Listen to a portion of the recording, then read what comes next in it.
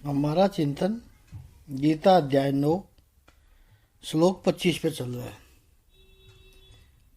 मध्या जिनोपि माम यान्ति। प्रभु कह रहे मेरी उपासना जो करते हैं वो मुझे पाते हैं। जो जिसकी उपासना करता है वो उसको पाता है। यह संसार का सीधा सा नियम है कि जिस दिशा में आप कर्म करो, जिस दिशा में आप कर्म करते हो तो उसी दिशा से फल प्राप्त होगा। सिंपल इक्वेशन है। दूसरे सब लोग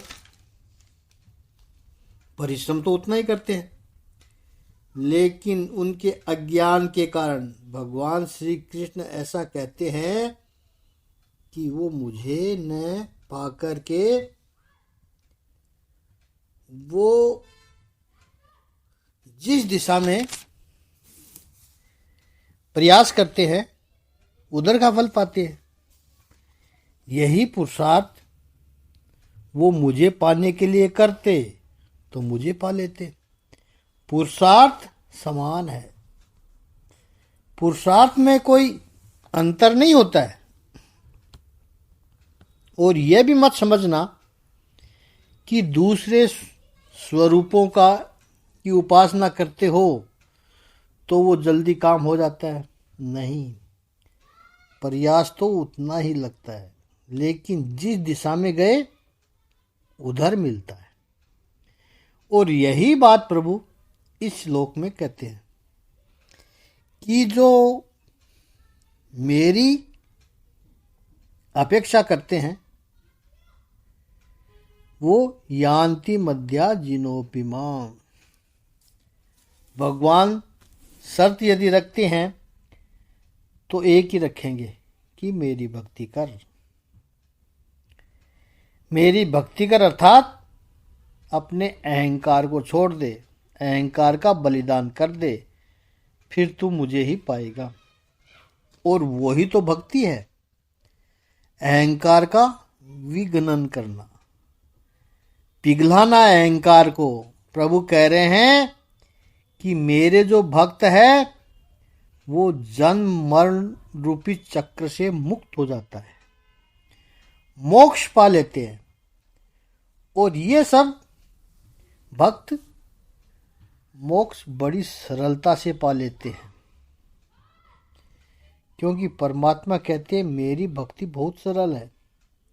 पता नहीं क्यों दुनिया वालों ने भक्ति को बड़ी कठिन, टेक्निकल, कॉम्प्लेक्स बना के रखा है। भगवान कहते मेरी भक्ति बड़ी ही सरल है। अगला 26वां श्लोक तो पढ़, तुझे पता चलेगा कि मेरी भक्ति कितनी सरल है। तो 9वें अध्याय का 26वां श्लोक का एक एक चरण लेते हैं। पत्रं पुष्पं फलं तोयं यो मे भक्त्या प्रयच्छति तदहं भक्त्युः प्रहतम् अश्नामि प्रयतात्मनः। 9वें अध्याय का 26वें श्लोक का शाब्दिक अर्थ है, यदि कोई प्रेम तथा भक्ति के साथ मुझे पत्र, पुष्प, फल या जल प्रदान करता है तो मैं उसे स्वीकार करता हूँ। पत्रम यानी पत्ता, पुष्पम पुष्प, फूल फल, तोयम यानी जल। ये सब जो भी मुझे प्रयच्छति यानी प्रदान करता है, देता है। कैसे देता है? भक्त्या प्रयच्छति, भक्ति से देता है। तथा अहम भक्ति अपहरितम, जो भी देता है तो मैं उसकी भक्ति से अपहरित होकर, उसकी भक्ति से प्रसन्न होकर, उसने जो भक्ति पूर्वक अंतःकरण से दिया हुआ है उसको प्रयतात्मनः, उस भक्त ने जो प्रयत्न किया है योग पूर्वक, प्रियत का बहुत सीधा सा अर्थ है कि उसने इंद्रियों का संयम किया है, बुद्धि मन को अंकुश में किया है। ऐसे जिस भक्त ने जो भी मुझे अर्पण किया है वो मैं अस्मान, अस्नामिका का लिटरल ट्रांसलेशन है खाता हूँ, अर्थात स्वीकार करता हूँ। पत्र पुष्प फल जल जो भी मुझे जिस भक्त ने प्रेम से दिया उसको मैं प्रेम के प्रभाव में आकर मैं उसका सर्वस्व सहर्ष स्वीकार करता हूँ। भक्ति बहुत सरल है, सर्वसुलभ है। भक्ति ये प्रेम का मैनिफेस्टेशन है, अभिव्यक्ति है, प्रेम को एक्सप्रेस करने की प्रक्रिया है। आजकल लोगों ने भक्ति को भी बहुत टेक्निकल बना दिया है। ऐसे करना चाहिए, ऐसे नहीं करना चाहिए। उसके साथ में डराने भी लग गए हैं कि यह नहीं करोगे तो ऐसा हो जाएगा, यह नहीं करोगे तो वैसा हो जाएगा। लोग बेचारे डर गए, फिर वो भक्ति मार्ग से दूर हो जाते हैं। ये तो हमसे नहीं हो पाएगा। जो कर रहे हैं उनको करने दो, हमें नहीं पड़ना है इस चक्कर में। ऐसे लोग भक्ति से दूर हो रहे हैं। वस्तुतः भक्ति से डरने की कोई आवश्यकता नहीं है। भक्ति बड़ी सरल है। पत्र पुष्प फलम जलम। अब कुछ लोगों ने इस श्लोक का बहुत ही सरल अर्थ कर दिया। भगवान को क्या चाहिए? पत्र चाहिए, तो सब भगवान को पत्ते बांट दिए, निश्चित कर दिए। गणेश जी को धूप चाहिए, शिव जी को बेल पत्र, भगवान विष्णु का तुलसी पत्र, ऐसे सब भगवानों को पत्ते बांट दिए। वाह, भगवान ने पत्र मांगे थे, हमने दे दिए पत्र। और ऐसे ही फूल भी बांट दे दिए। सब भगवान के अलग अलग फल चाहिए और जल चढ़ा दिया। खुश, भगवान ने मांगा था, दे दिया हमने। भगवत गीता में अध्यात्म की इतनी गहन बातें करने वाले भगवान श्री कृष्ण इतने मेटीरियल ओरिएंटेड नहीं हो सकते। और भगवान श्री कृष्ण के निकट के दो ग्रंथ हैं और दोनों का श्रीमद् विशेषण लगाया है। दोनों ग्रंथों पे श्रीमद् विशेषण लगता है। श्रीमद् भागवत गीता और श्रीमद् भागवत, इन दोनों ग्रंथों में एक श्लोक ऐसा है जो आइडेंटिकल है, समान है, कॉपी पेस्ट है। श्रीमद् भागवत के 9वें स्कंद के 26वां श्लोक, यही श्लोक जिस पर हमारा चिंतन हो रहा है, और वही श्रीमद् भागवत में 10वें स्कंद के 8वें अध्याय का 4था श्लोक।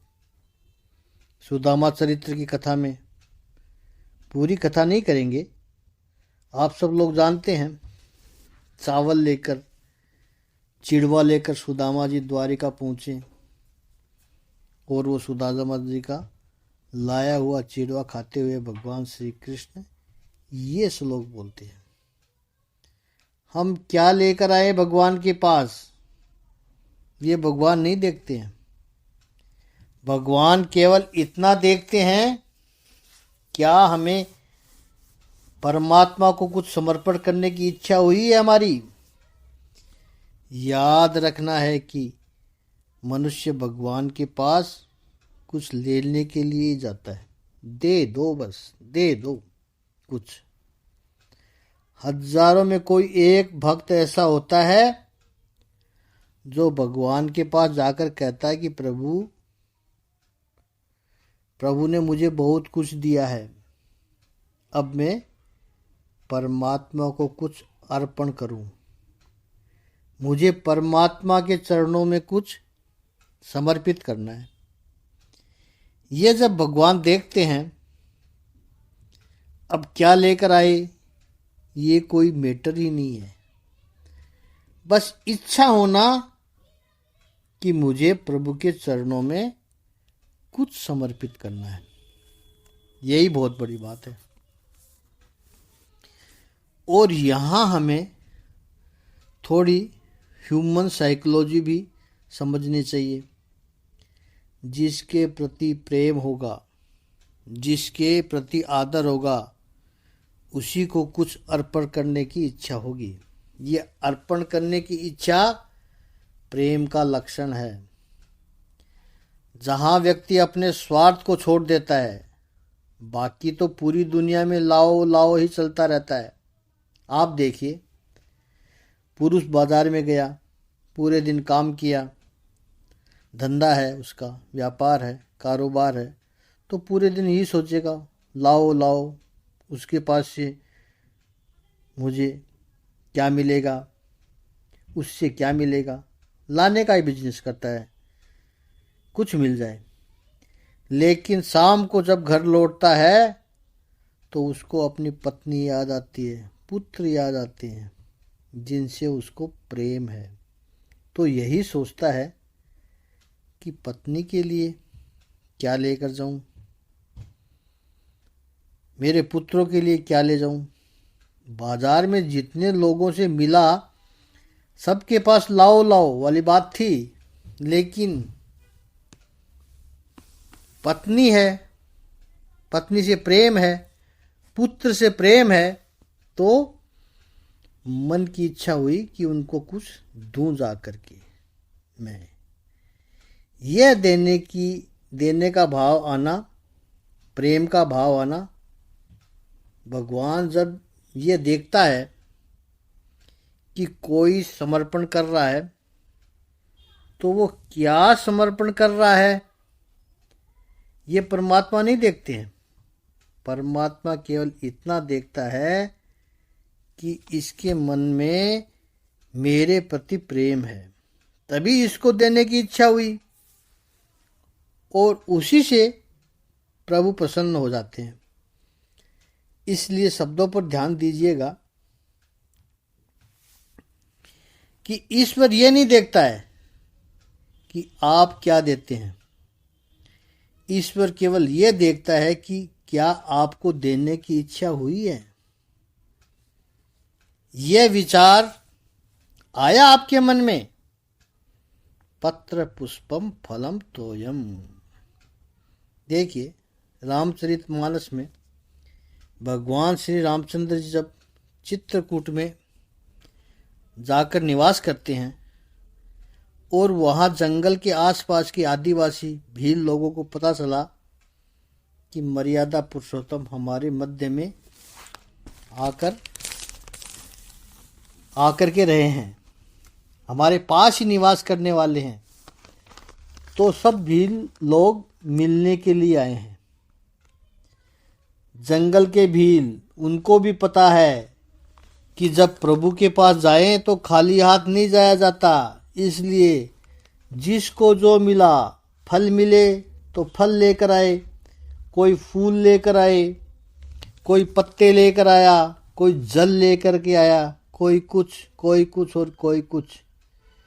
कुछ भील लोग तो ऐसे थे जिनको और कुछ नहीं मिला तो उन्होंने मार्ग में चलते हुए पत्थर ही उठा लिए। उन्होंने कि भगवान को कुटिया बनानी होगी, परण कुटी बनानी होगी, तो परण कुटी बनाने के काम में आएंगे ये पत्थर। तो पत्थर ही उठा लाए और भगवान के सामने नतमस्तक होकर वो पत्थर ही प्रभु के चरणों में रख दिए। भगवान श्री रामचंद्र जी इतने प्रसन्न हो गए। जंगल के भी लोग हैं ये लो ये, लेकिन उनको मेरे प्रति कितना प्रेम है कि कोई खाली हाथ नहीं आया मेरे पास, कुछ न कुछ लेकर के आए हैं। प्रभु इतने प्रसन्न हुए हैं। वहाँ पर गोस्वामी तुलसीदास जी लिखते हैं, रामहु केवल प्रेम प्यारा, जान लेहु जो जान निहारा। यह प्रेम का लक्षण है। इस पर आगे चिंतन कल करेंगे। और ओम श्री सच्चिदानंद भगवान की विशेष चिंतन होगा इस श्लोक पे। ओम श्री सच्चिदानंद भगवान की जय। ओम श्री आनंद कंद भगवान की जय।